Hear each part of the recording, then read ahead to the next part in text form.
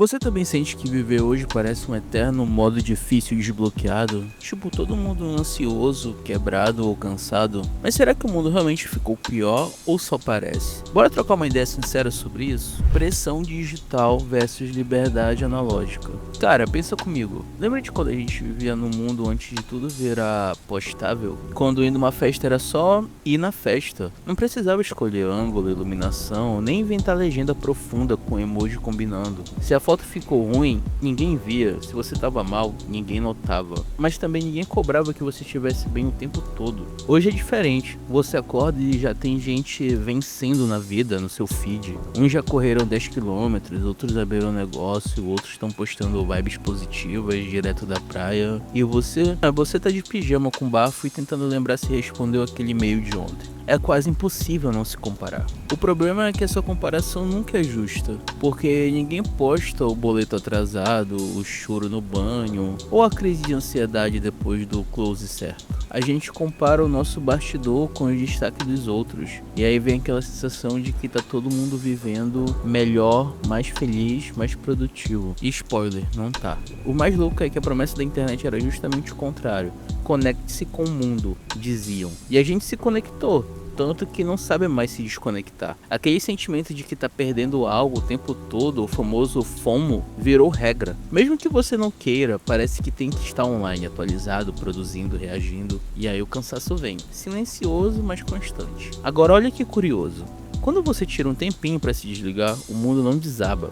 Esses dias eu testei um domingo sem Instagram. Nada radical, só deixei de abrir o aplicativo. No começo eu fiquei um pouco inquieto, parecia que eu tinha esquecido alguma coisa. Mas depois foi libertador. Comecei a prestar atenção no que tava rolando aqui e não no que tava rolando lá no celular. Fui andar sem rumo, comi um negócio bom sem tirar foto, vi filme sem interromper pra esticar os stories e cara, parece besteira, mas fez um bem danado pra mim. Porque às vezes o que a gente mais precisa não é de mais conteúdo, é de silêncio, de pausa, de lembrar que tá tudo bem não compartilhar tudo, tá tudo bem sumir um pouco, só pra se concentrar de novo. Estabilidade versus insegurança econômica. Esse assunto que ninguém gosta muito, mas todo mundo vive pensando. No começo dos anos 2000, nossos pais, ou a galera um pouco mais velha, cresceu com uma ideia de vida segura. Você fazia um curso técnico, arrumava um trampo CLT, ganhava o salário todo mês certinho, fazia uns planos de aposentadoria e pronto, tava feito. Não era glamuroso, não era rico, mas era estável. Tinha gente que ficava 10, 15 anos na mesma empresa. Hoje isso parece ficção científica. A nossa geração pegou um mercado de trabalho que virou zona de guerra. Tipo, quer liberdade? Toma aí 1000 bicos, contratos temporários, PJ sem direito a nada e um monte de promessas de empreendedorismo como se fosse passe de mágica.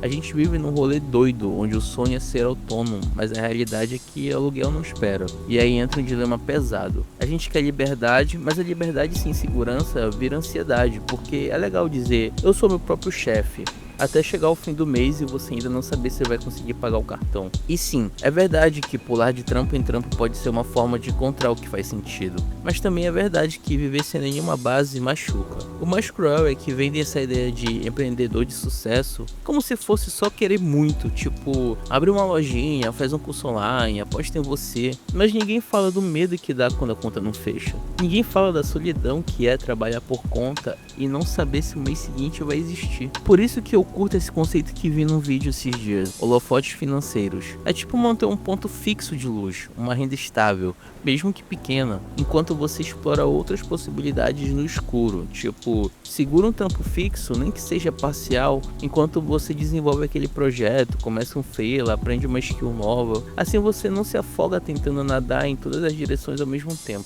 Porque a real é que liberdade é importante sim, mas a liberdade de verdade tem que vir com o mínimo de base. E não tem vergonha nenhuma em fazer o seguro antes de soltar. Quem fala o contrário ou tá romantizando demais ou esquece como é viver no mundo real. Saúde mental, tabu contra a alta. Vamos falar da cabeça, não da parte que pensa nas contas do mês, mas da parte que sente tudo antes mesmo de você entender o que tá acontecendo. Tipo aquela ansiedade que chega antes do despertador tocar, aquele nó na garganta sem motivo claro, aquele vazio no meio do dia cheio. Isso é saúde mental e por muito tempo ninguém queria tocar nesse assunto. Lá no começo dos anos 2000, se você dissesse que tava mal, a resposta era tipo, vai lavar uma louça que passa. Era como se sentir tristeza profunda fosse falta de força de vontade. Ansiedade, frescura.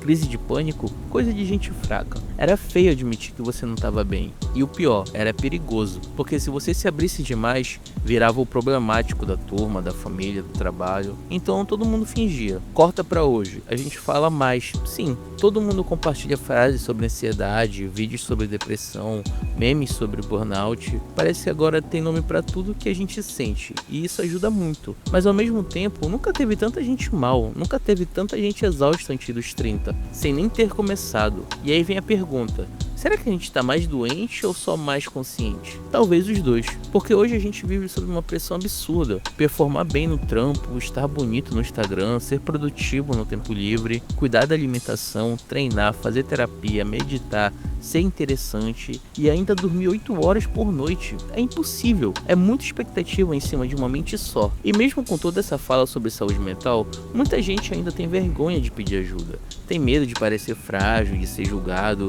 de se expor demais. E às vezes o problema nem é o medo, é o acesso. Não é todo mundo que consegue pagar uma terapia, tirar 1 hora por semana ou até saber por onde começar. Mas tem caminhos, de verdade. Um deles que eu curto bastante é o que eu chamo de chá psicológico semanal. Tipo assim, se você pode tirar um tempo pra ver série, maratonar vídeo, jogar, você pode tirar 1 hora da semana pra cuidar da sua cabeça. Pode ser uma sessão de terapia, se tiver acesso, pode ser uma roda de conversa, pode ser um grupo online de apoio, pode ser até aquele papo sincero com um amigo onde você não finge que dá tudo bem. O importante é entender que cuidar da mente não é luxo, é necessidade. A gente aprendeu a escovar os dentes todo dia para evitar cárie, né? Então por que não criar um ritual para evitar um colapso mental? No fim, saúde mental é que nem banho. Se você não cuida, fede. Só que ninguém sente o cheiro, só você. Consciência social versus overload de informação. Agora vamos entrar num território meio pesado, mas necessário. Esse colapso mental coletivo que a gente sente por estar sabendo demais o tempo todo, lá nos anos 2000 a gente mal sabia o que acontecia na cidade do lado.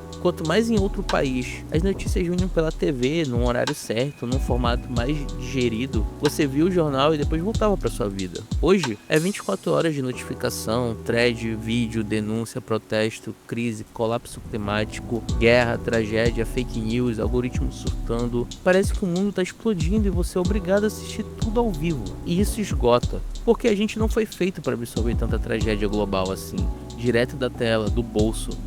Antes mesmo do café da manhã, a gente acorda já levando pancada de informação, tentando entender como resolver tudo, quando mal consegue dar conta da própria vida. E aí bate aquela sensação de impotência. Você quer ajudar, quer fazer algo, mas não sabe por onde começar. Ou sente que nada do que fizer vai mudar alguma coisa. Então vem a culpa, a paralisia, o burnout social. E o pior, tem hora que a gente começa a pensar que a única saída é se alienar, tipo, vou parar de ver tudo, dane-se o mundo, eu quero paz. Só que isso também traz um peso. O peso de se sentir desconectado da realidade. Como se você estivesse ignorando o sofrimento dos outros para proteger o seu. A real, nenhum dos dois extremos funciona. Nem um colapso, nem um escapismo completo. Por isso que uma saída prática, e até leve dependendo de como você encara, é começar a filtrar o que você consome.